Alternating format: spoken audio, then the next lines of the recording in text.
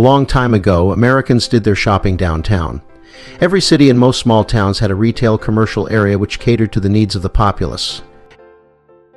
In the case of farms and rural communities, people depended upon mail-order services such as Sears, Roebuck, and Montgomery Ward catalogs. In Bethlehem, the city maintained two separate downtowns. This was a holdover from the time before city unification, when Bethlehem and South Bethlehem were different municipalities. But by the 1960s, things were changing. People started to move to the new suburbs. Highways made it possible for families to live elsewhere. New communities drew more affluent people away from inner cities, and shopping centers were created in these suburban areas to meet the retail needs of suburbanite. This led to a slow demise of cities and their downtowns.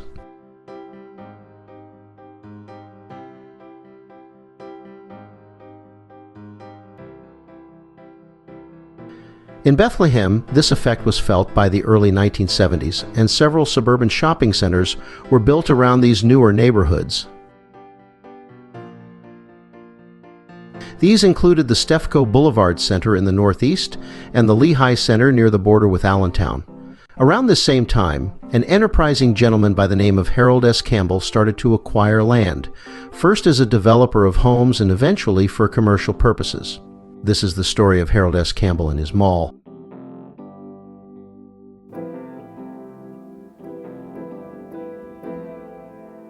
Harold Campbell rose from the humble job of milkman to become one of the city's largest and most controversial developers. He started his career as a milkman during World War II and began building houses in Bethlehem's northwest, shortly after the war ended. Campbell built hundreds of homes between Easton Avenue and Route 22 and amassed hundreds of acres he sold for development into some of the city's most prominent properties. His residential developments include Rosemont Manor and Countryside Trails, and he sold other land for developments that include Lehigh Valley Hospital Muhlenburg, Lutheran Manor and Martin Tower. Campbell initially had no plans to build a mall. He just wanted to stop stormwater from backing up on roads and in basements in his development across the street. A bigger drain pipe was needed under Shainersville Road, but the farmer reportedly wouldn't allow the state to encroach on his land. After several rejected offers, the developer finally bought the site when it was put up for sale. Some parts of the land were used for the Muhlenburg Medical Center and apartments.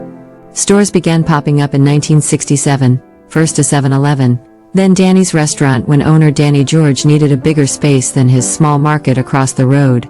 Hess's department store gave the mall a boost when it decided to put a location there. The shopping strip center was eventually expanded with the enclosed mall portion. This connected the two anchors, Hess's and George's grocery store, to one another. When the ribbon was cut in 1973, Westgate Mall had 40 stores. Campbell envisioned the mall tearing down imaginary barrier between Lehigh and Northampton counties and contributing to the economy of the entire region. During his 90 years, Campbell owned the Westgate Mall and built a multi-million-dollar estate that had been at the center of a bitter legal battle until recently.